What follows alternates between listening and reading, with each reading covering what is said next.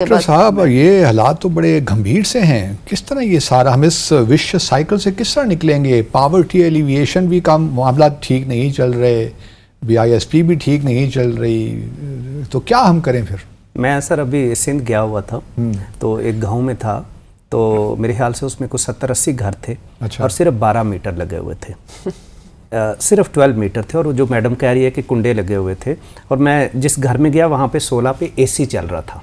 अच्छा। ठीक है, यानी AC भी चल रहा था। और यही बात उन्होंने कही कि हम मीटर रीडर को 1000 रुपीज़ या 1500 रुपया पर मंथ दे देते हैं। अभी आप लोगों ने, जो लोग नहीं भी जानते ना, आपने उनको रास्ता दिखा दिया है जी।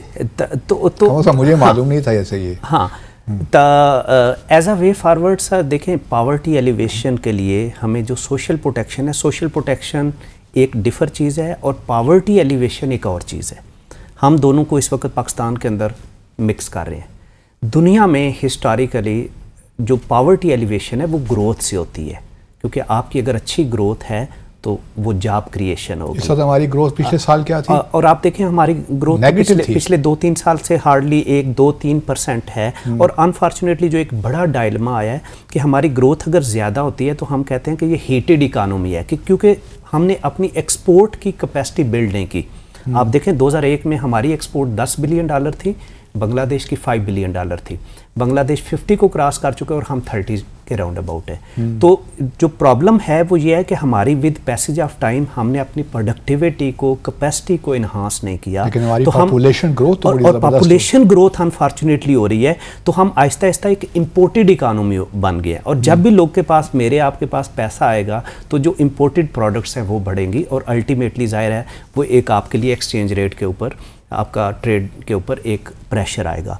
तो हमें इस वक्त जो सबसे बड़ा प्रॉब्लम है वो ये है कि एक्सपोर्ट के ऊपर, प्रोडक्टिविटी के ऊपर फोकस करना होगा कि जो हमारी, लेकिन किस तरह करें वो? तब कॉस्ट ऑफ प्रोडक्शन इतनी ज़्यादा है कि हम कंपेटिटिव ही नहीं है ना। किस तरह हम एक्सपोर्ट किस तरह बढ़ाएंगे? एक ही टेक्सटाइल का आपका एरिया है, बाकी तो आपने IT पे फोकस थोड़ा होना शुरू हुआ है, तो कहाँ पे एक्सपोर्ट्स बढ़ाएं?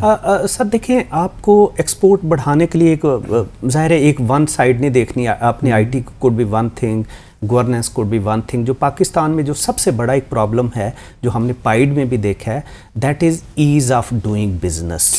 कि आपकी इकानमी में स्लज या एक परमिशन इकानमी बन गई हुई है कि आपने काम करना है तो आपको 50 इदारों से परमिशन चाहिए। देखिए, अगर आप विंडो ऑपरेशन करना है, आप वन विंडो करें, लेकिन ये तो हम पिछले साल से सुन रहे हैं कि वन विंडो ऑपरेशन होता क्यों नहीं है ये? सर शायद वही चीज़ है कि जब आपके ऊपर ब्यूरोक्रेट बैठे होंगे, जिस तरह मैंने आपको अर्ज किया कि इस वक्त इस्लामाबाद के अंदर 55 मिनिस्ट्रीज हैं। आपको पावर की मिनिस्ट्री क्यों चाहिए? पावर की मिनिस्ट्री आपको नहीं चाहिए। दुनिया में क्या होता है कि आपका कोई CEO होगा, उसका एक बोर्ड होगा, इंडिपेंडेंट होगा, और वो आके पार्लियामेंट को अपनी प्रोग्रेस देगा। जब हर जगह आप ऊपर ब्यूरोक्रेट बिठा देंगे, आपको पोस्टल मिनिस्ट्री क्यों चाहिए? आप देखें TCS आपके साथ बहुत अच्छा काम कर रहे हैं, आपको NHA की क्यों मिनिस्ट्री चाहिए? ये आप अमेरिका में जब देखें, लेकिन तो अगर ये मिनिस्ट्रीज नहीं भी होंगी तो कितना बचा लेंगे आप? सर देखिए, एफिशिएंट गवर्नमेंट होगी। हम ये नहीं कह रहे कि मिनिस्ट्री, हम ये नहीं कह रहे कि ये इदारे ख़त्म कर दें। हम कह रहे हैं एफिशिएंट गवर्नेंस लेके आएँ, जहाँ पे आप minimum ease of doing business को ईज़ करें, रेगुलेशंस को कम करें। रेगुलेशन वो लेके आए। आप फॉर एग्जांपल आपने कंपनी यहाँ पे रजिस्टर करनी है तो आपको हो सकता है सालों लग जाए, आप दुबई में विद इन 24 आवर रजिस्टर करवा लेंगे। तो ये जितना आप ईज़ ऑफ डूइंग बिजनेस करेंगे, इन्वेस्टर का कॉन्फिडेंस आएगा। देखें, इस वक्त लोग रियल स्टेट में क्यों इन्वेस्ट कर रहे हैं? क्योंकि वो सारी इनफॉर्मल इकानमी है, प्रॉफिट है, पॉपुलेशन बढ़ रही है, प्लाटों की कीमतें बढ़ रही हैं। लेकिन लोग इंडस्ट्री में क्यों नहीं इन्वेस्ट करते? आप सियालकोट जाएँ, गुजरात में जाएँ, गुजरांवाला में जाएँ, तो वो इंडस्ट्रियलिस्ट कहता है कि जी डेली अगर ये जो FBR या इस तरह के महकमे हमसे उठा लें, हम टैक्स तो देने को तैयार हैं, हम कारोबार नहीं कर सकते क्योंकि एक महकमा निकलता है दूसरा आ जाता है। तो ये जो NOCs, परमिशन या थ्रेट इस तरह के जो हैं, ये इस वक्त बिजनेस को कोलैप्स कर रहे हैं। जो हमने अभी बनाई है एक स्पेशल इन्वेस्टमेंट काउंसिल है, क्या है? SIFC। ये इसको कैसे देख रहे हैं आप?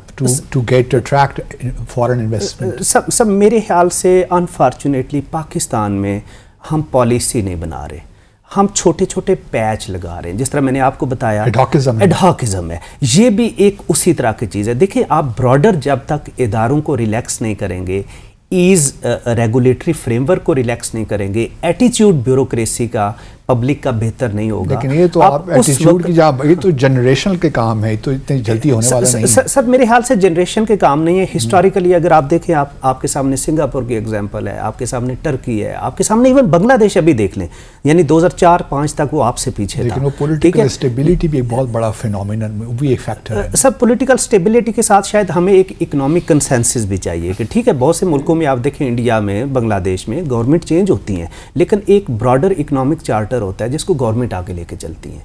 शायद हमें वो इकोनॉमिक चार्टर यहाँ पे मिसिंग है। आप इससे इत्तेफाक करती हैं? बिल्कुल करती हूँ। थोड़ा सा कि हमें वो विल ही नहीं है कि हमने वो एक इकोनॉमिक चार्टर लेकर आना है, हम उसी पे मुत्तफिक नहीं होते।